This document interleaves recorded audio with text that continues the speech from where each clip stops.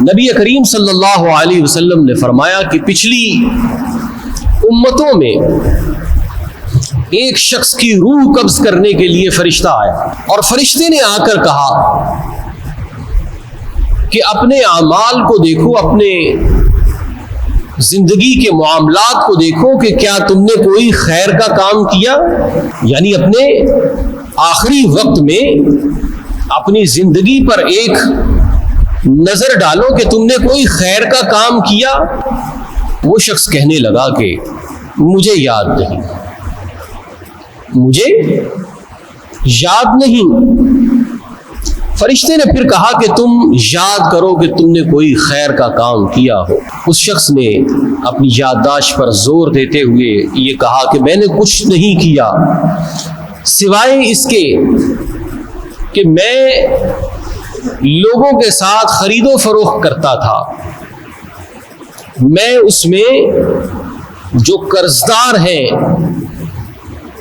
جو خوشحال ہیں، میں ان پر بھی نرمی کرتا تھا، اور جو بالکل فقیر ہوتے تھے میں انہیں اپنا قرضہ معاف کر دیتا تھا، جو میرا ان پر خرید و فروخت میں بنتا تھا وہ ادا نہیں کر پاتے تھے تو میں انہیں معاف کر دیتا تھا۔ جب اس نے یہ بات کہی تو اللہ تبارک و تعالی نے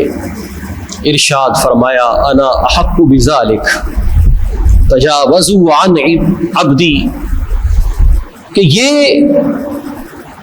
محتاج کو، ضرورت مند کو یہ معاف کر دیتا تھا، تو اللہ نے فرمایا کہ میں اس کا زیادہ حقدار ہوں کہ میں اس کو معاف کر دوں، میرے بندے کے تمام معاملات کو چھوڑ دو۔ نبی مکرم صلی اللہ علیہ وسلم نے فرمایا کہ اسی وجہ سے اللہ تبارک و تعالی نے اس شخص کو جنت میں داخل فرما دیا۔ لین دین دیکھیے ایک ایسی چیز ہے کہ ہم میں سے کوئی شخص اس کے بغیر زندہ نہیں رہ سکتا۔ ہم میں سے ہر شخص یوں سمجھیے کہ لین دین کے اندر جکڑا ہوا ہے، اور اس لین دین کے معاملے کے اندر ہم اس طرح سے جکڑ گئے ہیں، اس طرح سے کس دیے گئے ہیں کہ ہماری ہزار بیماریوں کا باعث یہ لین دین کا سسٹم ہے۔ تمام زحمتیں ہماری ذات پر جو نازل ہو رہی ہیں وہ اس لین دین کی وجہ سے، جس نے لینے ہیں وہ پریشان ہے، جس نے دینے ہیں وہ پریشان ہے۔ یعنی یہ لین دین جو تھا یہ ہمارے لیے باعث زحمت بن چکا ہے، لیکن اگر صرف اس میں ہم نرمی اختیار کر لیں تو یہ زحمت کا نقطہ اڑا دے گا، رحمت بن جائے گی۔ یہی لین دین جس کے بغیر ہماری زندگیاں مکمل نہیں ہیں، جس کے بغیر ہمارا نظام زندگی نہیں چل سکتا، جس لین دین نے ہمیں کہیں کا نہیں چھوڑا، اگر اسی لین دین کو ہم اس اصول پر لے آئیں کہ جس اصول کو اللہ کے حبیب صلی اللہ علیہ وآلہ وسلم اس دنیا میں رائج کرنا چاہتے تھے اور اپنے ہر امتی کو اسی لین دین کے طریقے میں چلتا ہوا دیکھنا چاہتے تھے، اگر ہم اس میں لے آئیں تو یقین جانیے کہ یہ لین دین کا سسٹم یہ ہمارے لیے ایک رحمت کا جھرنا بن جائے گا۔ یہ 100 زحمتوں سے نکال کر ہمیں اللہ تبارک و تعالیٰ کی ان گنت رحمتوں کی طرف لے آئے گا اگر ہم اپنے لین دین کو نبوی سسٹم کے تحت کر لیں، جو رسول اللہ نے طریقہ بتایا ہے اس پر کر لیں۔ ہمیں ہوس پڑی ہوئی ہے کہ اور جمع کریں، اور جمع کریں، اور جمع کریں، کسی کو معاف نہ کریں، اپنے لباس پر خرچ نہیں کرتے، اپنے آپ پر خرچ نہیں کرتے، لیکن جمع کیے جا رہے ہیں، دوسروں کی رگوں کا خون نچوڑے جا رہے ہیں، لیکن قبر میں کچھ بھی نہیں لے کر جانا سوائے اپنے عمل کے۔ اللہ کے حبیب صلی اللہ علیہ وسلم نے ارشاد فرمایا لا یرحم لا یرحم، من لا یرحم لا یرحم، جو رحم نہیں کرتا اس پر رحمت نہیں کی جائے گی۔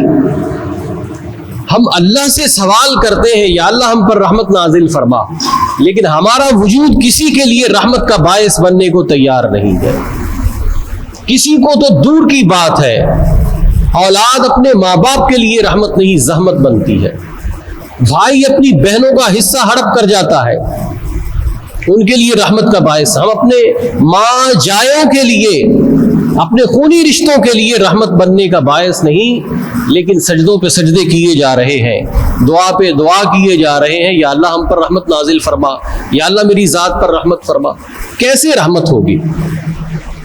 جب ہم کسی کے لیے باعث رحمت نہیں ہیں، جب ہمارے وجود کو دیکھ کر کسی کی دل میں فرحت اور شادمانی نہیں ہوتی، جب ہم لوگوں کے لیے زحمت بنتے ہیں، ہر زندگی کا دوسروں کی زندگی کے لیے ہم ایک سپیڈ بریکر بنے ہوئے ہیں، تو ایسی صورت میں بتائیے ہم پر اللہ کی رحمت کہاں سے آئے گی؟ لا کعبۃ اللہ کے سامنے جا کر بھی دعائیں کرتے رہیں، اگر ہمارا وجود دوسروں کے لیے رحمت نہیں ہے تو یقین جانیے کعبۃ اللہ کے سامنے دعائیں مانگنے سے بھی رحمت نازل نہیں ہوگی۔ لیکن اگر ہمارا وجود دوسروں کے لیے رحمت کا باعث ہے، ہم اپنی دکانداری پر لگے ہوں گے، اللہ کی رحمتیں برسیں گی۔ رحمت کے مفہوم کو سمجھیے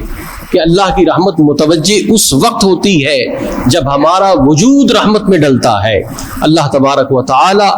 ہم سب کو ایک دوسرے کے لیے باعث رحمت بنائے۔ وآخر دعوانا الحمدللہ رب العالمین۔